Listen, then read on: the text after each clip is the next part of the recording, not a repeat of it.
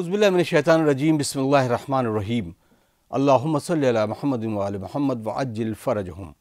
معزز ناظرین، السلام علیکم ورحمۃ اللہ وبرکاتہ۔ میں ہوں اطہر کاظمی اور آپ دیکھ رہے ہیں پروگرام احکام اسلامی۔ لکھنؤ اسٹوڈیو سے ایک بار پھر آپ کا خیر مقدم ہے۔ ہمارے ساتھ موجود ہیں حجت الاسلام والمسلمین علی جناب مولانا مصطفیٰ علی خان ادیب الہندی صاحب قبلہ۔ آج ہم کچھ اہم سوالوں کی طرف آپ کو لے چلتے ہیں۔ خاص سوال ہے کہ جمعے کے بارے میں بہت سارے سوال اکثر آتے ہیں، کیونکہ تکرار ہونی چاہیے۔ اس کی وجہ سے انسان کے ذہن میں وہ سوال جو آتے رہتے ہیں اس کا بہترین جواب بھی آپ تک پہنچ جائے گا۔ السلام علیکم آقا۔ علیکم السلام ورحمۃ اللہ۔ جمعے کے حوالے سے بہت سارے سوال ہوتے ہیں کہ اگر سفر میں ہے انسان تو جمعہ کیا ہے، اور جمعہ واجب ہے یا جمعہ جو ہے وہ مستحب ہے، یا کس طریقے سے جمعے کو پڑھا جائے۔ تو وہی سوال ایک صاحب نے کیا۔ السلام علیکم آقا، یہ بتائیں کہ جمعے کے بارے میں کیا واجب ہے یا مستحب ہے یا باطل ہے، اس کے بارے میں بتا دیں۔ اعوذ باللہ من الشیطان الرجیم، بسم اللہ الرحمن الرحیم، الحمد للہ رب العالمین، وصلی اللہ علی سیدنا محمد وآلہ الطیبین الطاہرین۔ دیکھیں، جمعے کا معاملہ یہ ہے کہ چونکہ ہم دور غیبت میں ہیں، اور غیبت امام زمان اجل اللہ تعالی فرجہ الشریف کے زمانے میں تقریباً تمام علماء ایک دو کو مستثنا کر کے اس بات پر متفق ہیں کہ جمعہ واجب تخیری ہے۔ واجب تخیری سے مراد یہ ہے کہ انسان کو دو واجبات کے درمیان اختیار ہے، یعنی ظہر کی نماز پڑھ لیں اور جمعے کی نماز پڑھنے کے درمیان میں اسے اختیار ہے کہ وہ کسی ایک کو پڑھ لے۔ اگر ایک کو پڑھ لیا تو دوسرا اپنے آپ ساقط ہو جائے گا۔ رہی بات یہ کہ جمعہ مثال کے طور پہ اب جمعے کے لیے اپنے آپ کو مشقت میں ڈالنا، مثلا سفر کرنا کہ جہاں جمعہ ہو رہا ہے حتماً وہاں ضرور جائیں، یا مثال کے طور پہ جمعہ نہیں پڑھا تو مثلا کوئی گناہ کر دیا، ایسا کوئی مسئلہ نہیں ہے۔ اگر آپ نے گھر پہ ظہر پڑھ لی ہے تو اپنے آپ جمعہ کے اوپر سے ساقط ہو جائے گا۔ اسی طرح مسافر ہے، اگر وہاں جمعہ نہیں ہو رہا ہے یا کسی وجہ سے بھی جمعے میں نہیں پہنچ سکتا ہے تو کوئی حرج نہیں، حتیٰ جان بوجھ کے جمعے میں نہ جائے اور گھر پہ ظہر پڑھ رہا ہے تب بھی کوئی حرج نہیں ہے، یا اپنے محلے کی مسجد میں نماز ظہر پڑھ رہا ہے تب بھی کوئی حرج نہیں ہے۔ واجب، میں نے عرض کیا کہ واجب تخیری ہے، یعنی انسان کو اختیار ہے کہ وہ جمعہ پڑھے یا نماز ظہر پڑھے۔ البتہ بعض علماء اس میں احتیاط کے قائل ہیں کہ اگر انسان جمعہ پڑھے تو بنا بر احتیاط نماز ظہر بھی پڑھ لے غیبت کے زمانے میں، کیونکہ بہت سے شرائط ہیں جمعہ کے، اور اس کے شرائط کے پورا ہونے پہ بھی بہت سے مسائل آتے ہیں کہ مطلب وہ شرائط محقق ہوئے کہ نہیں ہوئے۔ لہٰذا احتیاط علماء کہتے ہیں کہ احتیاط یہ ہے کہ نماز ظہر بھی پڑھ لیں، کہ اگر مان لیں بالفرض کسی وجہ سے نماز جمعہ کے شرائط محقق نہیں ہوئے تھے اور جمعہ صحیح نہیں تھا تو کم سے کم ظہر اس نے ادا کر دی ہو۔ البتہ یہ احتیاط کی بنا پر ہے، وَإِلَّا اگر جمعہ اس نے پڑھ لی تو خود اس کے اوپر تحقیق شرط نہیں ہے، وہ امام جمعہ کی ذمہ داری ہے کہ جمعہ کا وقت اگر معین ہے اور تمام شرائط فراہم ہے تبھی وہ نماز جمعہ کو قائم کرے گا۔ دوسری چیز ہم اشارہ کر دیں، اگر نماز جمعہ میں کوئی انسان شرکت کر رہا ہے تو ضروری ہے کہ خطبوں کو سنیں، یعنی یہ نہیں ہو سکتا کہ آپ جب نماز امام نے شروع کر دی تب آپ نماز کے لیے پہنچ گئے 2 رکعت جمعے کے لیے، نہیں، وہ خطبے سننا بھی اس کے لیے ضروری ہے۔ اب یہ ہو گیا کسی وجہ سے وہ ارادہ یہی تھا کہ خطبے سننے کا، بیچ میں روک کے آپ سے سوال، بالکل اسی پہ سوال جو کیا ہے مجیب حیدر صاحب نے۔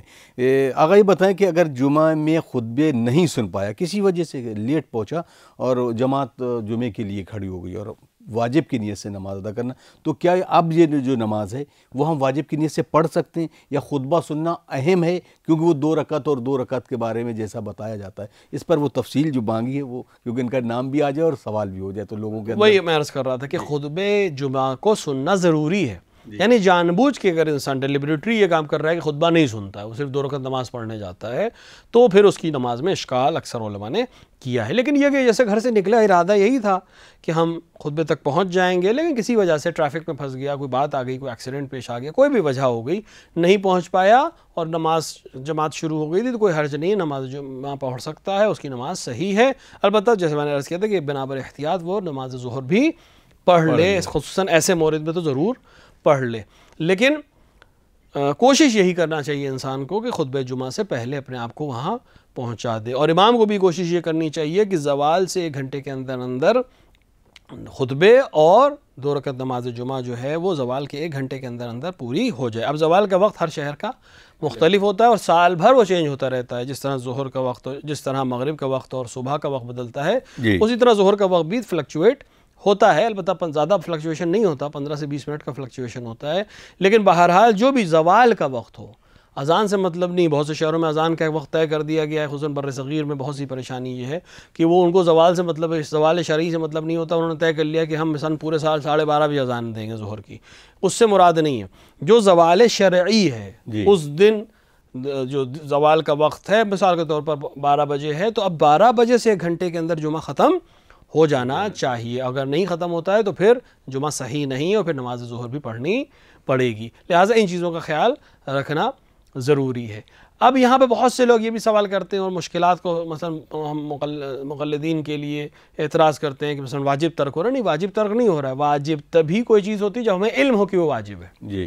اور غیبت کے زمانے میں مراجع ہمیں بتائیں گے صحیح سے کہ کیا واجب، خصوصاً فروعات دین میں، کہ کیا چیز واجب ہے کیا چیز مستحب ہے. اور تمام مراجع نے فیصلہ کیا کہ واجب ہے، لیکن واجب تخیری ہے. چاہے ظہر پڑھیں اور چاہے جمعہ پڑھیں، جو پڑھ لے دوسرے کے لیے کفایت کرے گا. البتہ اگر جمعہ پڑھیں تو بنا بر احتیاط نماز ظہر بھی احتیاط کی نیت سے پڑھیں. جزاک اللہ. کیونکہ آج جمعے پہ یہ خاص ہے کہ سوال بھی بہت سارے جمعے کو لے کر. ایک صاحب نے سوال کیا، السلام علیکم آقا یہ بتائیں کہ اگر کوئی سفر میں ہو اور وہ جمعہ ادا کر رہا ہو، جمعہ پڑھنے گیا ہو اور اس نے خطبے بھی دونوں سنے ہوں اور جمعہ، تو اب وہ جو واجبات کی نیت سے تھے تو کیا جمعہ واجب کی نیت سے پڑھنا ہے یا پھر وہی کہ مستحب کی نیت سے جمعہ پڑھنا ہے اور قصر جو ہے ظہر پڑھنا ہے؟ نہیں، اگر اس نے جمعے کی نماز واجب کی نیت سے پڑھ لی تو پڑھ سکتا ہے، کوئی حرج نہیں. حتیٰ اگر وہ سفر میں ہے تب بھی نماز پڑھ سکتا ہے اور واجب کی نیت سے پڑھ سکتا ہے. اور اگر اس نے واجب کی نیت سے نماز پڑھی تو اس کے اوپر ظہر ساقط ہو جائے گی اگرچہ وہ مسافر ہو. اور اگر وہ احتیاط کرنا چاہے تو 2 رکعت نماز ظہر قصر، چونکہ اس کی نماز ظہر کا حکم قصر کا حکم ہے. لہٰذا اگر احتیاط کی بنا پر نماز ظہر پڑھنا چاہے جمعہ پڑھنے کے بعد، جو اکثر لوگ پڑھتے ہیں، تو 2 رکعت نماز ظہر قصر کی نیت سے پڑھے گا اور اس کے لیے کافی ہے. اگلا سوال ہے اسی جمعے کے حوالے سے، ذیشان حیدر صاحب انہوں نے سوال کیا ہے، السلام علیکم آقا یہ بتائیں کہ کوئی امام جماعت جو ہوتا ہے وہ خطبہ کوئی اور دے سکتا ہے جمعے کا اور نماز کوئی اور پڑھا سکتا ہے، کیا ایسا ہو سکتا ہے؟ نہیں، بہتر یہی ہے کہ امام جماعت جو نماز جمعہ کو قائم کر رہا ہے وہی خطبے بھی دے. البتہ اس سے پہلے اگر کسی وجہ سے وعظ و نصیحت کے لیے کسی اور شخص سے مثلا کوئی چیز کہلوائی جائے یا پروگرام کا عنوان ہو کہ مثلا وہ آ کے کچھ مسئلے بیان کرتا ہو یا مثال کے طور پہ کوئی فقہی مسئلہ یا سماجی مسئلے کو بیان کرتا ہے، تو وہ خطبے کا جز نہیں ہے، وہ الگ سے بیان کر سکتا ہے. لیکن بہتر یہی ہے کہ خطیب جو نماز جمعہ کو قائم کر رہا ہے، جو شخص امامت کر رہا ہے، وہی خطبے دے. مگر یہ کوئی ایسا مسئلہ پیش آ جائے کہ وہ نہیں دے سکتا ہو خطبہ، بس اس کی زبان میں کوئی پریشانی ہو یا اس کی طاقت پہ کچھ کمی ہو یا اتنی دیر کھڑا رہنا اس کے لیے مسئلہ ہو، تو ایک الگ بحث ہے. وَإِلَّا اصل یہی ہے کہ جو نماز جماعت کو قائم کرے، جو امام جمعہ ہے، وہی خطبے بھی دے. اور نہ سامعین کے لیے ضروری ہے، یعنی معمومین کے لیے ضروری ہے کہ اس کے خطبوں کو صحیح سے سنیں. احسان عباس صاحب ان کا سوال ہے کانپور سے. یہ کہتے ہیں کہ آقا یہ بتائیں کہ جو حالات حاضرہ جو بیان کرتے ہیں علماء یا پولیٹکس کی باتیں بھی کرتے ہیں، تو یہ کیا صحیح ہے خطبے میں جمعے کے بارے میں؟ بالکل، جمعے کا ایک ہدف یہی ہے کہ آپ کا ایک خطبہ جو ہے وہ احکام کے سے ریلیٹڈ ہوگا اور دوسرا خطبہ جو ہے وہ تمام مسلمین کے افیئر سے ریلیٹڈ ہوگا، جس میں سیاسی باتیں بھی شامل ہوں گی. اصل میں اس طرح کے سوال کرنے والوں کی ذہن میں یہ ہوتا ہے کہ مثلا نماز کا سیاست سے کوئی تعلق نہیں ہے یا دین کا سیاست سے کوئی تعلق نہیں ہے، جبکہ دین عین سیاست ہے. ہمارے پاس حکومت نہ ہونا ایک الگ چیز ہے، لیکن بہرحال سیاسی بیداری ہونا، سیاسی خبریں ہونا، دنیا میں جو مسائل چل رہے ہیں ان کے بارے میں جاننا، خصوصاً مسلمین کے مسائل کے بارے میں جاننا بہت ضروری ہے. اور خطبہ جمعہ میں امام جمعہ کی ذمہ داری ہے کہ ایک خطبہ وہ حالات کے سلسلے میں دے اور مسلمانوں کو دیگر مسلمانوں کے حوالات، دیگر شہروں کے حوالات، خود اپنے شہر کی سیاسی حالات، ان سب سے بھی آگاہ کرتا رہے. کیونکہ اصل جمعے کا اصل ہدف ہی یہی ہے کہ شہر کے مسلمانوں کو پورے شہر کے حالات اور اگل بغل کے، اگر اب آج کل امکانات میں ہیں ہمارے پاس پوری دنیا کی خبر اکٹھا ہو سکتی ہے، تو کم سے کم ہفتے میں ایک دن تمام مسلمان جب اکٹھا ہو رہے ہیں مسجد میں تو ان کو دنیا بھر کی خبر دی جائے اور اس کے اوپر جو انالیسس ہے وہ بھی صحیح سے کیا جائے. خطبے کا ہدف انالائز کرنا ہے تو انالیسس بھی ان کو دیا جائے اور اس میں کوئی قباحت نہیں ہے، بلکہ عین ہے. جمعہ کا ہدف ہی یہی ہے کہ ایک خطبہ جو ہے، 2 خطبے کا ہدف یہی تھا، ورنہ ایک خطبے سے بات ختم ہو جاتی. 2 خطبے کیوں ہیں؟ ایک خطبہ اسی لیے کہ ایک خطبہ میں احکام بیان ہو اور ایک خطبے میں حالات حاضرہ بیان ہو. حالات حاضرہ میں کیا بیان کیا جائے گا؟ ظاہر سی بات ہے حالات حاضرہ میں سب سے امپورٹنٹ چیز پولیٹیکل چیزیں ہیں، تو آپ کے ملک کی، آپ کے شہر کی، آپ کے مسلمانوں سے تعلق رکھنے والی پولیٹیکل باتیں بھی بیان ہونا ضروری ہے تاکہ انالائز ہو سکے اور مسلمانوں کو ایک دوسرے کی خبر ہو سکے. جزاک اللہ. کچھ اور سوال ہیں کہ انہوں نے یو کے سے سوال کیا ہے, انہوں نے نام لکھا السلام علیکم. Who has the right of the exclusive custody of the minor of a minor child whether male or female if the mother of the child dies and the child's father and paternal grandfather are still alive. Moreover, in the same case, does the maternal grandmother has any professional right of the custody of the minor over the child's father of paternal grandfather as per Shia Islam. دیکھیں جہاں تک بچوں کی کفالت کا معاملہ ہے جی, بچے کی کفالت باپ کا حق ہے. یعنی ماں کے پاس بچے کو جو رکھنا ہے وہ 2 سال تک ہے اگر وہ لڑکا ہے, اور اگر لڑکی ہے تو 7 سال تک اس کو حق کفالت رہتا ہے. یعنی حق نہیں ہے کہ ماں سے جدا کیا جائے بچے کو. یعنی 2 سال کے بچے کو ماں سے جدا کرنا اچھا نہیں ہے, اور 7 سال کے بچے کو ماں سے جدا کرنا, 7 سال کی بچی کو ماں سے جدا کرنا صحیح نہیں. لیکن ان کے سوال کے حساب سے ماں کا انتقال ہو چکا ہے. ماں کے انتقال کے بعد یہ تمام حقوق جو ہیں باپ کے پاس محفوظ ہے. اگر باپ زندہ ہے تو بہرحال وہ کفالت کرے گا, کوئی بھی اس کے مقابلے میں نہیں آ سکتا, نہ نانا نہ نانی نہ دادا نہ دادی. باپ کے پاس تمام حقوق رہیں گے, اور اس کے رہتے ہوئے کسی اور کے پاس کوئی حق نہیں ہے بچوں کی کسٹڈی کے سلسلے سے, مگر یہ کہ کسی ایسی وجہ سے باپ سے کسٹڈی لے لی جائے, یا وہ نہیں رہ سکتا ہو یا نہیں لینا چاہتا ہو, یا مثال کے طور کے اوپر وہ کر نہیں سکتا ہو کفالت, مثلا خدا نہ کردہ مہان نہ ہو یا دیوانہ ہو یا اس لائق نہیں ہو کہ کسٹڈی کر سکے, اس سے نقصان ہونے کا ڈر ہو, اس طرح کے مسائل ہوں تو ایک الگ بحث ہے. وہ ان باپ کے پاس ہے. حتیٰ ماں اگر زندہ ہو تب بھی میں نے عرض کیا کہ 2 سال کے بعد لڑکے کی کفالت کی ذمہ داری باپ کے اوپر ہے, اور 7 سال کی بچی ہو جانے کے بعد کفالت کی ذمہ داری باپ کے اوپر ہے. لہٰذا باپ کے پاس سب سے پہلا حق ہے, کوئی پریفرنس کی یہاں بات ہی نہیں ہے.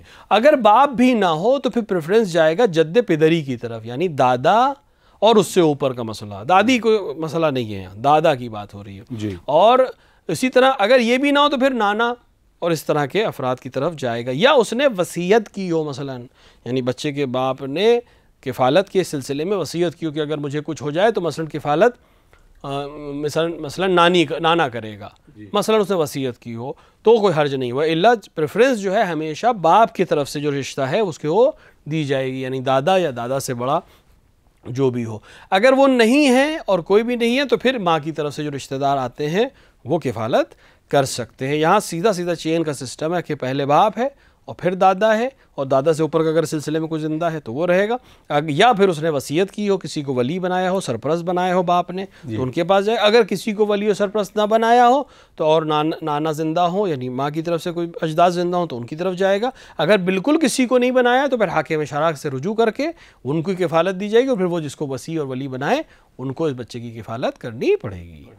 اگر اس میں اب یہ سوال ہے کہ مثلا طلاق کے بھی جو مسئلے ہوتے ہیں اس میں بھی, جیسے بچہ ہے, اب ایک بچہ ہے جس کی عمر تقریباً 3 یا 4 برس ہے, اور وہ بچہ اپنی ماں سے لگا ہوا, تو اب وہ لڑکا ہے اور وہ طلاق کے بعد یہ بچے کی کفالت کس کو مل گی؟ حق باپ کے پاس ہے. یعنی کہ طلاق کے سلسلے میں بھی ذمہ داری باپ کے اوپر ہے, اس کا خرچہ اٹھانے کی, اس کی کفالت کرنے کی, اس کے تمام خرچ اٹھانے کی ساری ذمہ داری باپ کے اوپر ہے. اب اگر کسی وجہ سے ماں اپنے پاس رکھنا چاہے تو اسے باپ کی اجازت کی ضرورت ہوگی. یعنی اس کو حق نہیں ہے 2 سال سے بڑے بچے کو, یعنی لڑکا اگر ہے تو 2 سال سے زیادہ کو رکھنے کا اسے حق نہیں, اور 7 سال سے زیادہ کی لڑکی کو رکھنے کا حق نہیں, یعنی باپ کے پاس سارے حق ہیں. تو باپ اگر چاہے دے سکتا ہے اور ماں کی بات کو مان سکتا ہے, لیکن مجبور اس کو نہیں کیا جا سکتا. اصل میں ایک بہت بڑا مسئلہ یہ ہے جس کو ہم بیان کر سکتے ہیں یہاں پہ, کہ ہم بہت سی ایسی چیزوں کو اپنی ذمہ داری لے لیتے ہیں جو شریعت نے اور خدا نے ہماری ذمہ داری قرار نہیں دی ہے, اور پھر بعد میں اس کی وجہ سے پریشانیاں ہوتی ہیں. مثلا ممتا میں یا کسی وجہ سے بھی ہم نے بچے کی کفالت لے لی, اب اس بچے کی پرورش, اس کے لیے خرچہ, اس کی تعلیم, اس کی تربیت, اس کے لیے جو مسائل آئیں گے, اب اس میں پھر اور زیادہ نوک جھوک ہونے کی کوشش ہوتی, پھر وہ طلاق ہو چکی ہے تو وہ کہتا ہے ہماری ذمہ داری نہیں ہے تو میں نے کیوں لیے, یا خاتون اس کی وجہ سے پوری باؤنڈ ہو جاتی ہے. اگر وہ بچہ کو کفالت خود شریعت نے باپ کو اسی لیے دی تھی کہ یہ خاتون طلاق کے بعد آزاد ہے, یہ چاہے تو دوسرا عقد کرے, یہ چاہے کسی اور کے ساتھ زندگی گزارنا شروع کرے, اپنے بچوں کی تربیت دوسرے حساب سے کرے, اس کو آزادی دی تھی اس نے.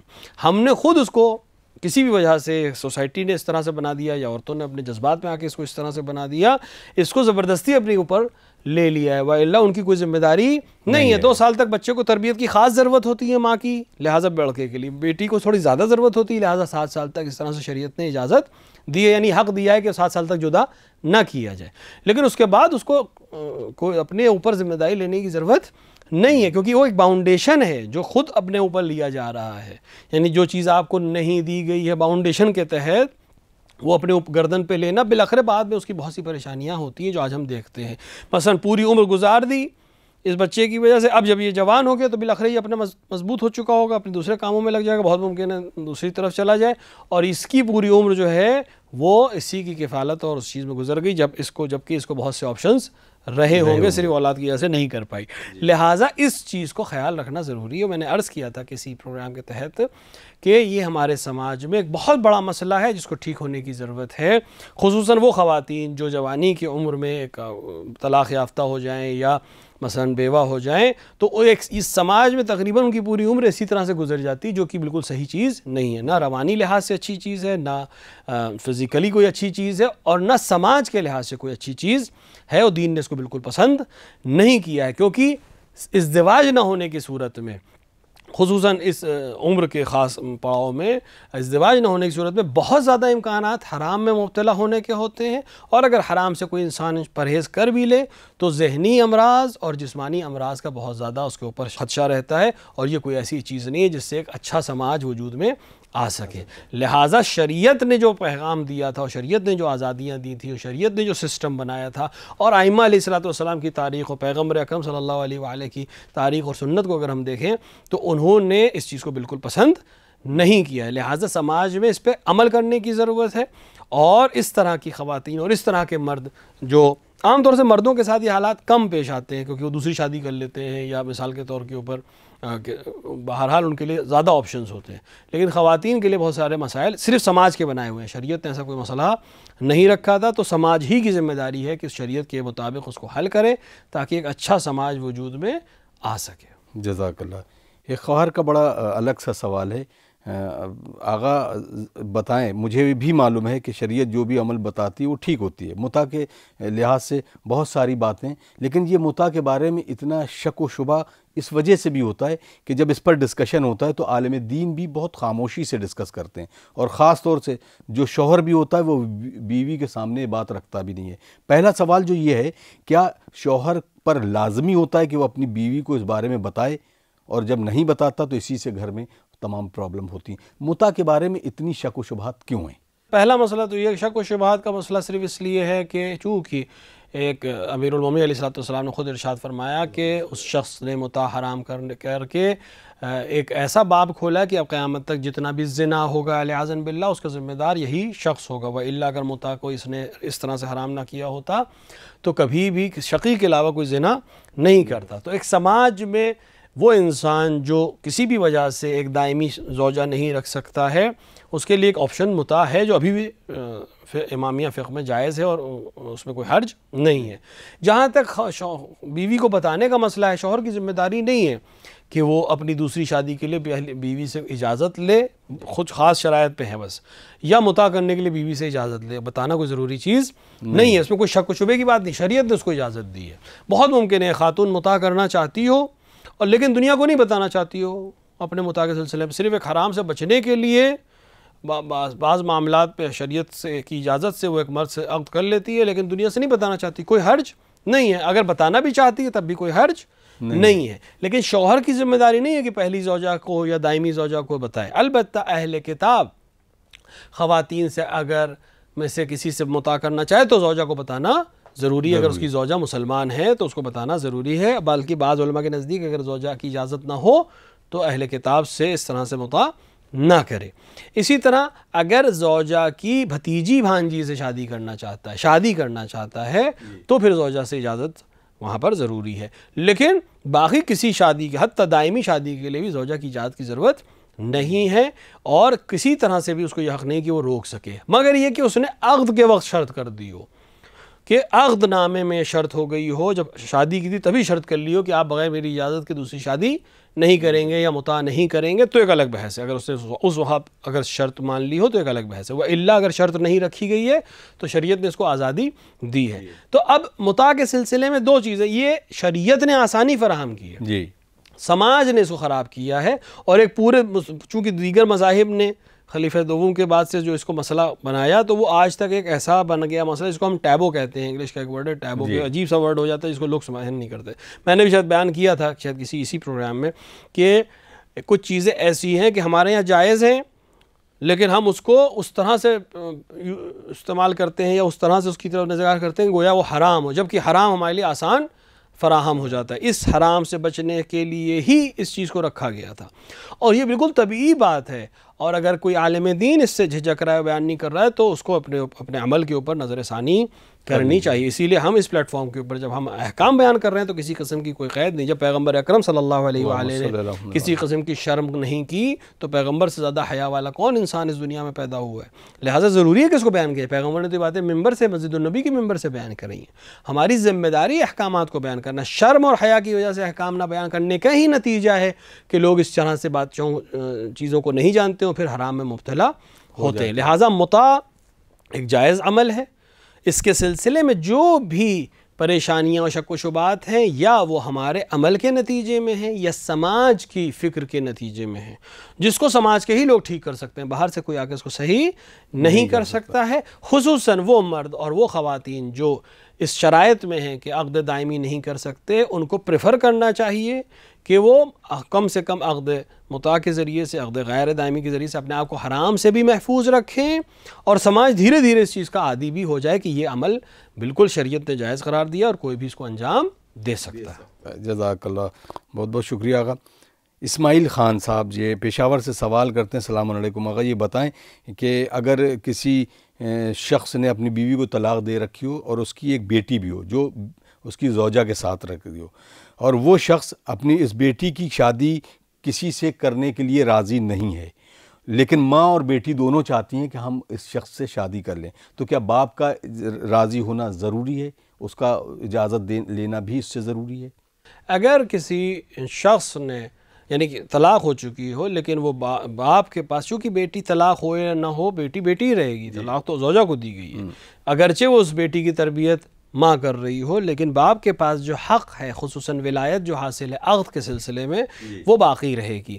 لہٰذا اکثر علماء کے نزدیک بنابر احتیاط واجب باپ کی رضایت کے بنا بیٹی کی شادی نہیں کی جا سکتی اگر وہ کنواری ہے، یا تو لڑکی کنواری نہ ہو تو اس کو اجازت کی ضرورت نہیں ہے، یا کسی کوئی جینوین کیس ہو اور یہ باپ ہٹ دھرمی کی وجہ سے منع کر رہا ہو، کسی خاص وجہ سے منع کر رہا ہو، تو پھر اس مسئلے میں کسی ایسے مرجع کی اس سلسلے میں فتوے پہ عمل کیا جا سکتا ہے جو شرط کا قائل نہ ہو، لہٰذا اس طرح سے عمل کیا جا سکتا ہے، یا حاکم شرع کی اجازت سے یہ عقد کیا جا سکتا ہے، اس میں کوئی حرج نہیں ہے۔